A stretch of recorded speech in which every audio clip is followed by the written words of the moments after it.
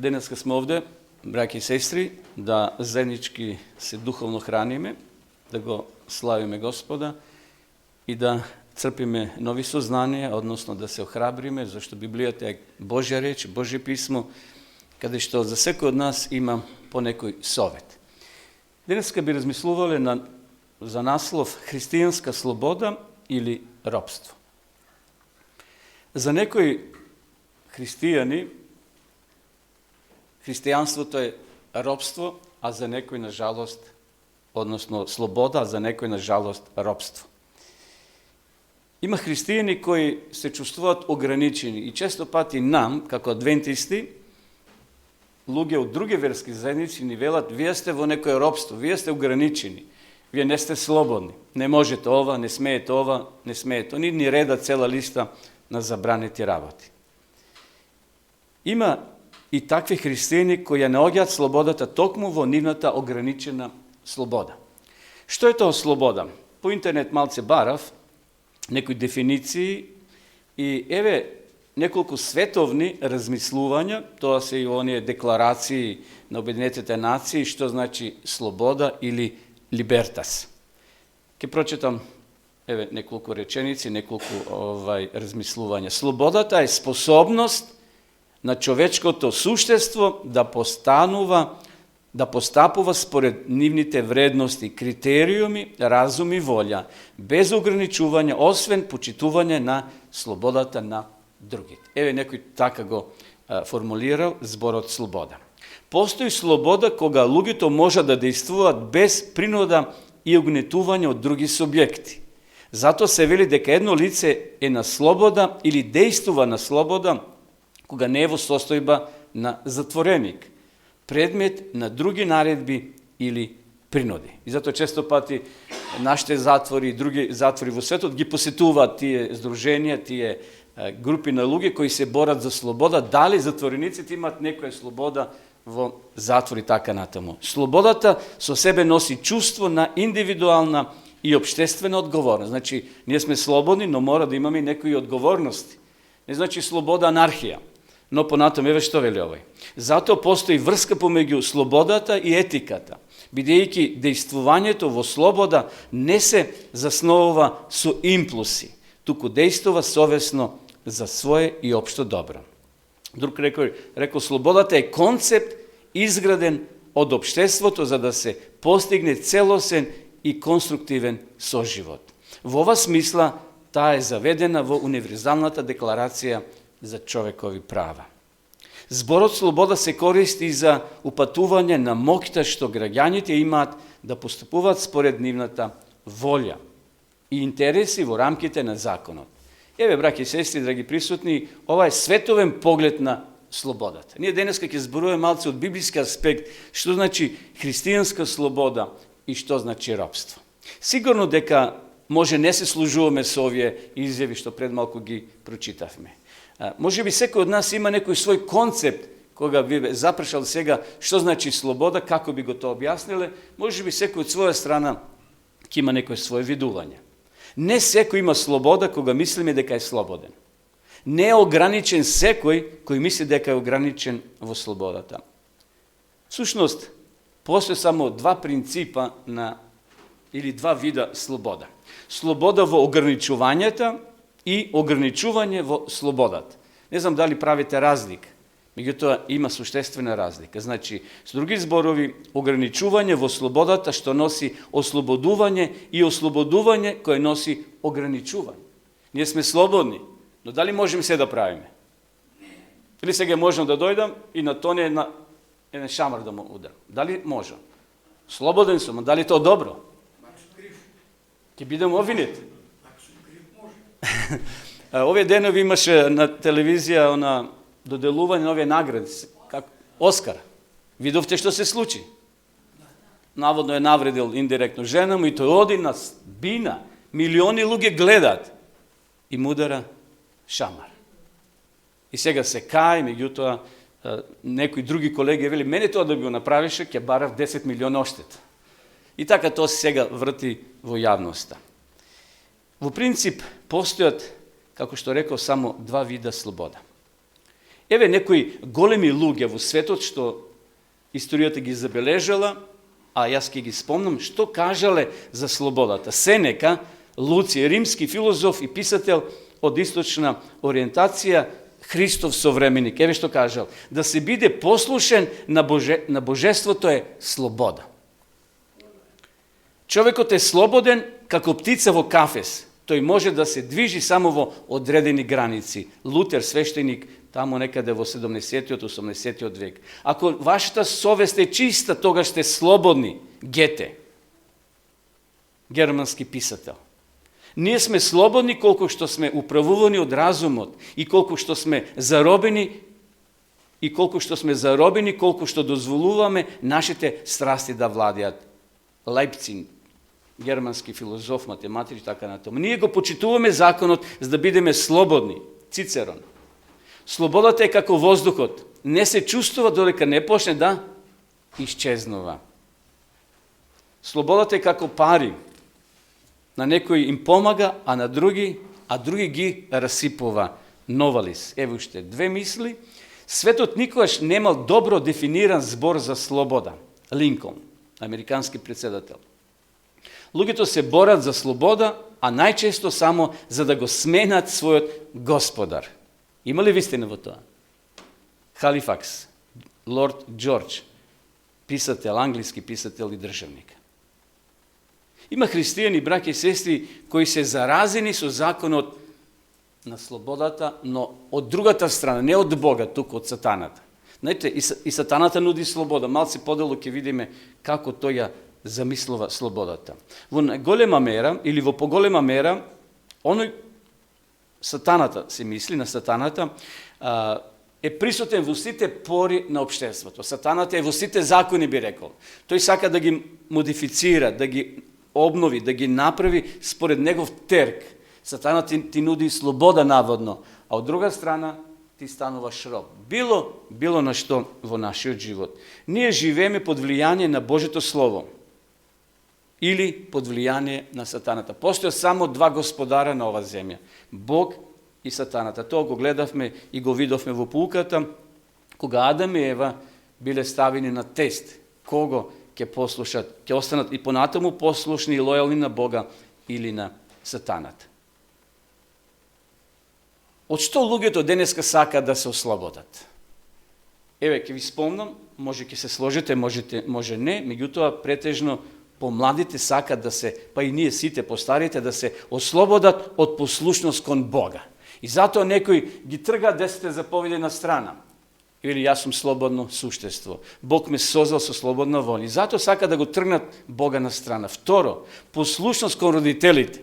Многу млади во својата младост велат, не можем повеќе да го поднесувам татко ми или мајка ми. Да се ослободат од тој авторитет на родителите. Меѓутоа овде веднаш ќе ве поврзам со приказната од Лука, кај што Исус ја раскажува за изгубениот син, сеќавате. Тоа момче исто така сакал да биде слободно. Им кажувал на своите другари, не можам веќе стариот да го поднесувам. Стално бара да се вратам на време дома, да станам на време, да одиме на работа. И тоа ми е преко глава. И затоа еден ден, со цел список на барања, тој доаѓа кај својот татко и вели, татко, дај ми го делот од моето имање. Сакам да отидам и да бидам слободен. И дали таткото му дал? Текстот вели, да, му го поделил. Иако по тогашните правила и закони немал право да бара пред време, пред по стариот брат. Но како е да нема кавга, мир во куќата, таткото му дава. И сега, замислите го, ова момче се ослободува од робството на домот, кај што татко му наводно не му давал слобода и оди во тој свет на слобода. Но само после неколку денови, месеци или недели ќе го видиме дека тој не е слободен, туку тој станува роб. Понатаму, ослободување или од послушноста кон брачниот другар. Наредби и закони таму кај што работи. Знаете, има работници кои сакат да се ослободат од тие правила што ги воспоставил газдата, домакинот или на таа фирма. Авторитет на наставниците и професорите. Многу студенти не може да ги поднесуват наставниците и професорите. И последното што сум го запишал, 8, луѓето сакаат да се ослободат од силата на гревот во нивниот живот. Тука најмалку луѓе ги гледам. Значи, во првите категории, во првите редови има многу луѓе кои сакаат да се ослободат. Но ова последната, да се ослободат од гревот во нивниот живот, тука гледам најмалку луѓе. И сега, колку ослободители постојат? 2. Првиот е Бог, кој не ослободува од робството за да не доведе до ограничување. Внимавајте добро што кажав. Значи, Бог не ослободува од робството за да не доведе до некои ограничување. Другиот ослободител, сатаната, не ослободува од ограничувањата за да не доведе до робство. Дали ме пратите? Има ли разлика? Значи, Бог не ослободува од робството и затоа во 1 Мојсеева 3:15 Бог му вели на Адама, да, ти стана сега роб, слуга на ѓаволот, но сега ќе ставам непријателство, ви давам визија, ви давам отворена врата, ќе дојде Месија, ќе дојде дено, од човековото семе ќе се роди Спасител Исус Христос. Значи, Бог не ослободува од робството за да не доведе повторно до некој ограничување, но за наше добро. Кога ти, како родител на детето му, велиш, сине, немој да фаќаш овде на овој прикидач, зашто овде има струја. И ако дојде близу и гледаш дека детето го пика прстот натре, ти ќе дрекнеш, ќе кажеш силно, ќе викнеш, не затоа што не го сакаш, туку затоа што го сакаш да не направи она што не е добро. А сатаната, тој вели, се ти е слободно. И кога ние се слободно, ние стануваме фактички негови робови.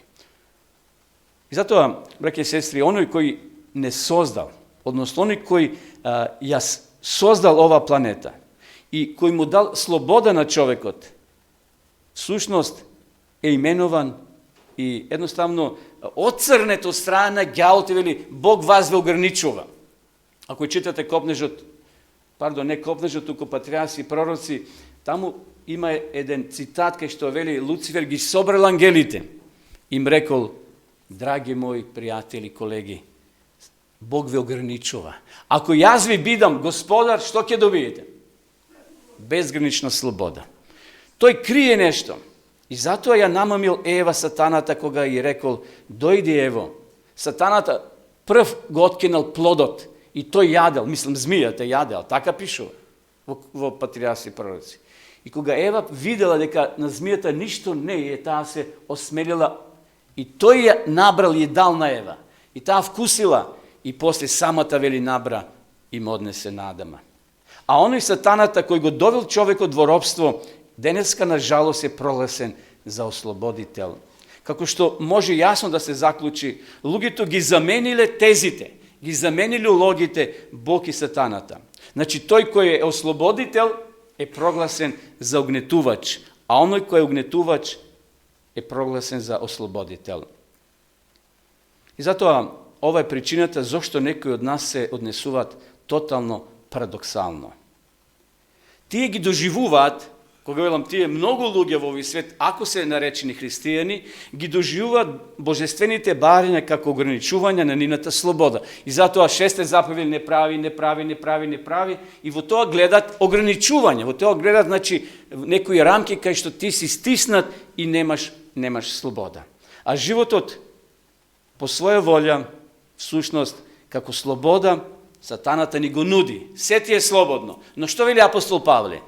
Се ми е слободно, но не е се од полза, не е се корисно.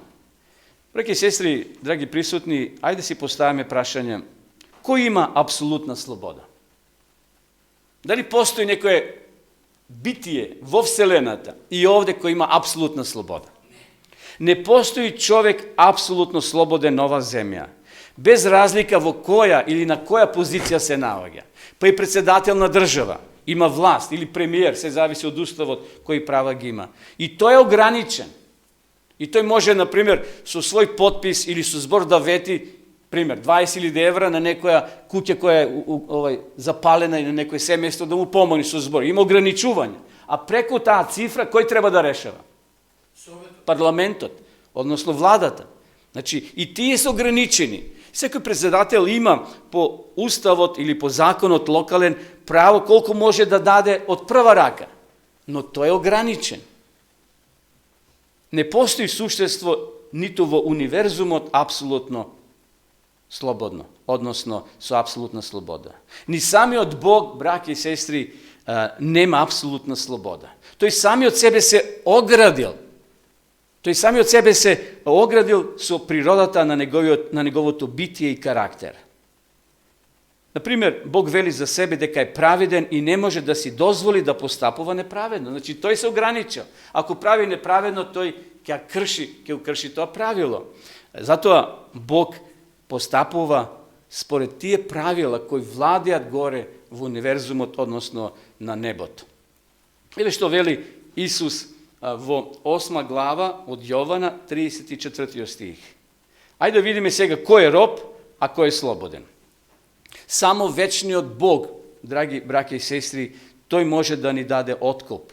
Isus veli, vistina, vistina vi velam. Sekoj što pravi grev, što je toj? Rob mu je na grevot. I сега, кога Исус го кажува тоа, а пред себе има евреи, ајде да го замислиме тој миг, таа ситуација, пред себе има стотици луѓе евреи, ортодоксни, начитани, многу ја знаат целата Тора, целиот Стар Завет. Евреите се сметале дека се слободни, а Исус ги гледа и вели, ама сте јадни, вие сте робови. 33 стих. Му одговорија и рекоа, ние сме Аврамово семе и никогаш никому не сме робувале, а како ти велиш ќе бидете ослободени? Кој може да биде ослободен? Само оној кој е роб, така? Евреите не се сметале дека се робови, тие не сметале дека се затвореници, тие сметале дека се слободни. И сега му префрлиле на Исус и вели, како ти Исусе се осмелуваш?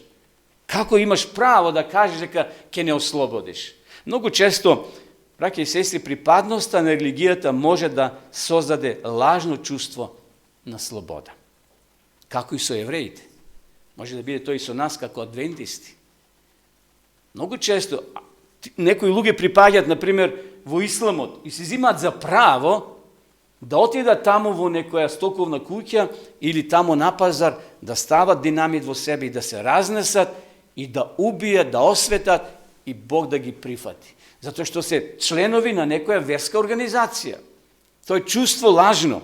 Ѓаволот ќе те наведе, биди религиозен, но прави го тоа спротивно на волјата Господова. И затоа овде вели текстот, ќе бидете ослободени. Сепак, секоја поврзано со гревот е робство, без разлика колку гревот ни изгледа мал. И затоа Бог ни дал слобода, браќи и сестри. Нажалост, често пати таа слобода ја злоупотребуваат луѓето, да бираме помеѓу робството и службата. Ајде отвориме во Римјаните, 6 глава од 16 до 19, еве што пишува апостол Павле. Не знаете ли дека кому му се предавате, како робови за послушност, робови сте му на оној кому се покорувате, или робови на гревот за смрт, или на послушност за оправдание. Но благодарејќи му на Бога, вие кои бевте робови на гревот, од се срце му станавте послушни на оној вид учење на кој му се предадовте, откако се ослободивте од гревот. Внимавајте сега. Вие станавте слуги на правдата. Ви зборувам како човек за вашата плотска слабост, оти како што ги представивте членовите ваши да бидат робови на нечистотата и беззаконието, за беззаконството. Така и сега оставете ги членовите ваши да бидат слуги на правдата за осветување. Гледате, Бог ни дава два пата. Дали ќе го следиме патот на робството или патот да бидеме слуги Господови. Бог ја почитува нашата слободна волја. Бог не сака ни еден грам да ни одземе од слободната волја, зашто веднаш сатаната би го оптужил Бога и би рекол, гледате дека сум во право. Кога Бог би ја фатил раката на Ева, ангел можел тоа, ангели стоеле тука поред Ева, но не смеле да гибнат во низината слободна волја. Зашто Луцифер, односно сатаната, едва и чекал тоа да се случи. Значи, не можеме да бидеме неутрални. Или ќе бидеме слуги Господови, или ќе бидеме робови на сатаната. Овде, кому му се предавате како слуги во послушност и слуги сте на оној што го слушате. Секој обид, не само да се направи грев, туку и да се занемарат божествените начала води кон робство. Ке повторам. Значи, секој обид да се направи грев, односно да се занемарат Божите начала, Божите упаства и правила, тоа всушност не води кон робство. Во книгата, ќе читам денеска неколку кратки цитати, Копнежот на вековите, верувам да ја имате. Еве, на страница 209 во нашиот превод, од овој превод, извлеков неколку цитати, еве го првиот. Секој човек има слобода да ја избере силата што ќе владее со него. Наистина, појасно до ова нема. Страница 209 во овој превод. Значи, секој човек има слобода да избере силата што ќе владее со него. Или ќе се ослободиме од силата на сатаната со помош на божествената сила, или ќе се спротивставиме на Божјата сила со помош на сатанската сила. Ете, како сатаната е вешт мајстор. Значи, или ќе се ослободиме од таа нечистива сила, од силата на ѓаволот, со Божја сила, или пак ќе се спротивставиме на Бога со силата на ѓаволот. На жалост, имаме такви примери во Библијата. Земете го Каин, земете ги другите Божи луѓе, пророци, кои биле тука на изворот, пиеле, црпеле вода, духовна и физичка, но на жалост не дозволиле да таа Божја сила се бори со нив, односно против непријателот. Во Римјаните 8:15 Павле вели дека откако го примивте духот на робство, за да бидете во страв, туку го примивте духот на посинување, преку кого велиме Ава Оче. Еден друг превод вели, не примивте робски дух за повторно да бидете во страв, туку го примивте духот на посвојување со кој викаме Аба Оче. Неки сестри, сатаната ќе не ослободи за стравот, да не еме страв да грешиме. А Бог не ослободува од стравот. Значи, тој страв кој предизвикал гревот Каинец, Бог не ослободува, не плаши се.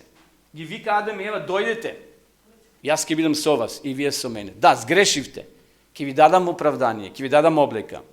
Не само физички што им требало, меѓутоа има тука и духовна порака.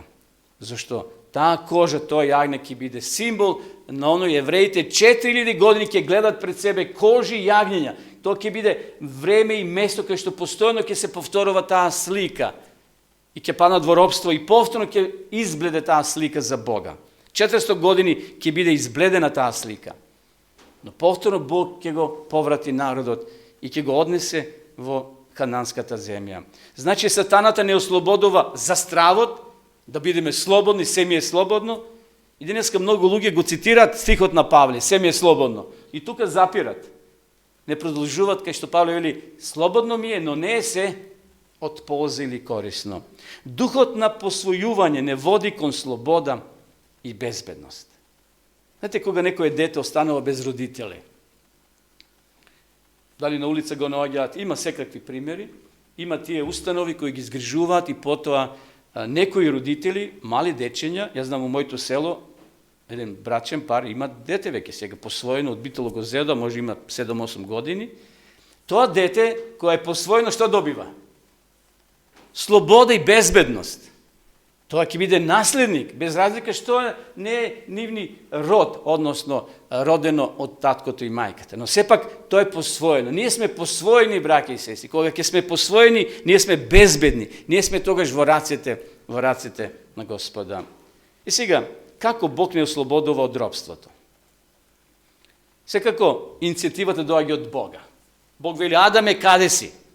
Адам и Ева таму би се криле кој за колку време, да Бог не ги побарал. Во Галатјаните 4, 6 и 7 таму пишува дека, а бидејќи вие сте синови Божи, Бог го испрати духот на својот син во срцата ваши, кој вика Ава Оче. Затоа не си веќе роб, туку си син. А ако си пак син, тогаш си наследник Божи преку Исуса Христа. Кои се овие чекори што ги наоѓаме, браќи и сестри, во овие текстови? Прво, ние стануваме синови и ќерки Божи. Бог не смета за своји. Понатаму, Бог го испратил својот дух во нашите срца, кој вика Ава Оче. Zato не си повеќе роб, туку си син. Значи, Бог не ослободува од робството. Какви да биле работите во минатото, какво и било она што не оптеретува, Бог те прогласува дека си сега слободен, не си повеќе роб. Ајде да видиме понатаму во Јован 8 глава 31 32 стих што Исус вели. Тогаш Исус им говореше на јудејците што беа поверувале во Него. Ако вие останете при моето слово, навистина ќе бидете мои ученици и ќе ја познаете вистината и вистината ќе ве ослободи. Гледате какво ветување имаме овде од страна на Исуса. Прво, верувај во Христа. Да, и сатаната верува, и многу луѓе веруваат, но тој почетен чекор многу важен. Понатаму, останете во науката на Христос. И тука паѓаат многу. Не остануваат. Во Копнежот пишува точно, останете во науката на Исуса Христа. На 209-та страница, еве понатаму што пишува. Средството со кое можеме да го совладаме искушувачот е исто она со кое го победил Христос со силата на речта. Со што Исус победил? Какво оръжие Исус користил? Ако читаме, мислам беше во Матеј 4 глава, така, таму беа тие записи за Исусовите искушенија. Да, Исусови искушенија. Ако читате овде, ќе видите со какво оръжие Исус се бранел од сатанат. И зато овде Духот на пророштво вели, средството со кое можеме да го совладаме искушувачот е исто она со кое го победил Христос со силата на речта. Бог не управува со нашите умови без наша согласност. Ако сакаме да ја дознаеме и да ја исполниме неговата волја, неговите ветувања стануваат наши. Мора да ја знаеме вистината. А вистината е запишена во Библијата. Исус вели за себе во Јован 14:6, јас сум патот, вистината и животот. Друг превод вели, ќе ја знаете вистината и вистината ќе ве ослободи. Понатаму на истата страница во Копнежот, никој не паднал толку ниско, никој не е толку лош, за да не може да најде ослободување во Христа. Се врти околу Исуса, драги присутни. Таа сила ни стои на располагање, овде вели речта Господова. Со таа сила што Исус го победил непријателот. И ние може денеска постојано да бидеме победници. Павле вели во Галатјаните 5:1, останете во Христа, во слободата Христова. Стоите така во слободата со која Христос не ослободи и не се подавајте пак на робскиот јарам. Овде јасно се види дека еднаш ослободен не значи секогаш ослободен. Ние како црква не веруваме еднаш спасен за секогаш спасен. Ни мора постојано да се бориме, да одиме. Значи, не прифаќаме таа теза. Еднаш сум се крстел, еднаш сум поверувал, еднаш сум дошол од црква во смисол и јас сум автоматски спасен. Ние мора постојано да одиме со Христа, постојано да се храниме, постојано да црпиме вода од изворот на животот. Во текот на целиот живот ние одлучуваме за нашата состојба. Слободен или роб. Утрово одлучувавме дали ќе дојдеме црква, или ќе гледаме вака на интернет, или ќе отидеме на некој патување. Нема вистинска слобода без љубов, браќи и сестри. Ако ние имаме љубов кон, пример, спорт, атлетика, трчање, фудбал, ние ќе одвоиме време, зашто го сакаме тоа. Исус вели во Јован 14 глава 21 до 23, кој ги има заповедите мои и ги пази, тој е оној што ме љуби. А кој ме љуби мене, возлюбен ќе биде од мојот Отец. И јас ќе го возлюбам и ќе му се јавам сам. Му рече Јуда, не оној искариотскиот, другиот, Господи, што е тоа дека сакаш нам да ни се јавиш, а не на светот? Исус одговори и рече, ако некој ме љуби, ќе го пази словото мое и мојот Отец ќе го возлюби, ќе дојдеме при него и живеалиште ќе направиме. Знаете, Бог сака отворено срце. Тој почитува твојата и мојата слободна волја. Ова е единствениот одговор на прашањето зошто некои христијани, па може би адвентисти да ги ставиме, Божјата слобода им изгледа како ограничување. Не смеш ова, не смеш она, не. Бог тоа го направил за наша полза. Во државата наша, па и во светот постојат сообраќајни правила. Зошто се дадени тие правила? Да не огранича слободата? Да, некој воза 180-200 на автопат и животот им е во опасност. Тие правила се од страна на сообраќајната полиција или на власта за наше добро, зашто сепак се установило дека ако нема правила, нема ограничувања, тогаш може да биде лошо за нас. Некои се обидуваат да живеат во еден јас, провалија, во поделена љубов. И тогаш токму се јавуваат проблеми, браќа и сестри. Љубовта кон гревот и љубовта кон Бога не се компатибилни, или тие не се спојуваат. Не може љубов кон Бога и кон свет додат заедно. Знаете, како два вола, врзани во дзегвар, сеќавате како порано ги влечеа колите. Не може еден вол само да влече. Ние сакаме да ги споиме и љубов кон Бога и љубов кон овој свет. Неможно е. Секој чувство што се појавува во срцето на христијанинот како ограничување на слободата, кога се во прашање Божите барање, доказ дека може тој се уште нема целосна љубов кон Бога. Бог вели, кој ме љуби, кој ме сака, нека врви по мене. Кога го повикало на момче, кога дошол кај него да праша што треба да биде за да направи, за да се спаси, Исус му вели ово и на крај тргни по мене. Да се подсетиме, само Христос, ако го прифатиме со сето свое срце, може целосно да не ослободи. И затоа Јован 8:36 вели, и ако Синот ве ослободи, навистина ќе бидете ослободени. И сега еве уште еден цитат, пред да кажем еден краток пример и ќе завршиме.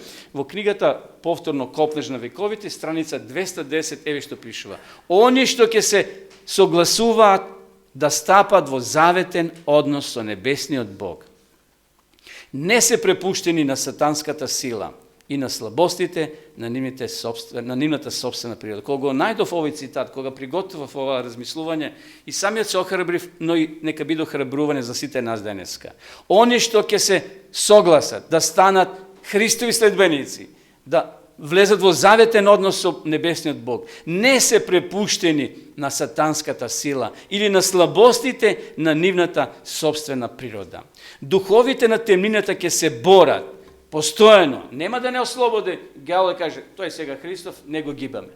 Не, тој постојано ќе гледа начин. Некој приод да најде, кога ние сме се, може би, малце опуштиле и да дојде повторно да не заглави. Понатаму вели, духовите на темнината ќе се борат за душата што претходно била под нивна власт. Но ангелите, гледайте сега што пишува, ангелите Божи ќе се борат за таа душа со сила што ќе победи. Има ли нешто подобро од ова? Колку и да се чувствуваме осамени, обесхрабрени, еве сме сгрешиле, сме се лизнале, не сме ние сами, овде пишува. Ангелите Божи ќе се борат. Секој кога ќе се лизнеме, кога ќе погрешиме, сме сами биле. Ева била сама. Може би пред тоа шетале, го гледале, не било грев, но не смееле многу долго да се задржуваат на ова територија, неколку квадрати кај што дрвото опфаќал. Така пишува. Може да дојдат да гледат и веднаш да заминат. Но таа се подолго задржала овде. И тоа било мамец, тоа било прилика да дојде змијата и да почне разговор. Ангелите Божи ќе се борат за таа душа со силата што ќе победи. И еве на крајот еден пример. Во едно индиско село, еден селанец продавал потполошки на пазар. Знаете што се тоа потполошки? Тоа се птици некои. Таму на тој пазар се продавало се и се што. Знаете, пазар носат луѓето се и се што и продаваат. Меѓутоа, овој селенец ги врзел потполошките за едната нога со јаже, една поред друга, да не му избегат. И така тоа јаже било врзано за една алка, а алката била закачена за еден стап, како стожер. И потполошките се вртеле, кружеле во круг. Знаете, како порано имаше, како што коњите вршеа. Нели имаше едно дрво средината, беа врзани и тие вртат во круг. Еве нешто слично и овој се сетил, за да не му избегат. Кутрите потполошки постојано се вртеле и јоделе во круг. Со часови си вртеле така. Наминал еден човек, тоа бил брахман, а тоа се луѓе во источниот дел на светот, кои се убедени дека треба да живеат и животните. Тие ги почитуваат животите на животните. И затоа извадил паричник и му прашал колку кошта, колку чина тие, толку и тој му плаќа и селанецот бил многу благодарен што одеднаш сите ги продал. Меѓутоа тој немал намера да ги јаде, да ги коле, туку сакал да ги ослободи, да бидат слободни, да ги пушти. Откако ги платил, тој му рекол на продавачот: сакам сега да им дадам слобода на подполошките. Исечете го канапот, врвците и пуштете ги да одат. Продавачот го направил тоа зашто сега веќе не се негови, бидејќи ги купил овој брахман. И тој ги отсекол сите јажења, односно врвци на нозите. И што се случило? Подполошките и понатаму почнаа да одат околу тоа стапче, околу тој стап. Се движиле. И сега овој брахманот удрил со рацете за да ги уплаши, за да може да побегнат. И навистина кокошките, односно овие подполошките, се разлетеле кој лево, кој десно, и после 10 минути пак се вратиле и во исти круг се движат. А слободни се, немат никакви врсци на себе. Браќи и сестри, зарем не се препознаваме ние понекогаш во тој пример? Дали сме слободни во Христа? Исус вели: слободен си. Галот не врзал. Барав синџир, но донесов овде еден синџир. Галот не врзар со јаки синџири. И тој постојано не враќа назад. Постојано сака да не врзи, а брахманот вели: сече ги врвците. Бог вели: отсечени се сите врвци со кои галот те врзал за твоите слабости. Добивме прошка. Ние сме Божи синови и керки. И ние припаѓаме во неговото семејство. Но сепак, понекогаш, на жалост, условно каже, тоа е символика, верувам дека нема да се повредиме, ние се враќаме како подполошките. Сакаме и понатаму да одиме во круг. А Бог вели: слободен си, трчи, диши слободно, галот ќе те оптужи. Знаете, на небесниот суд, јас сум зборил на тема овде, галот ќе не оптужи.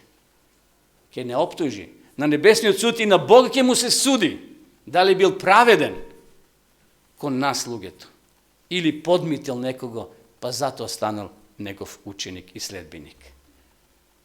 Браќи и сестри, ние сме Божи синови и керки. Ние припаѓаме во неговото семејство, но сепак понекогаш ѓаволот сака да не врати назад.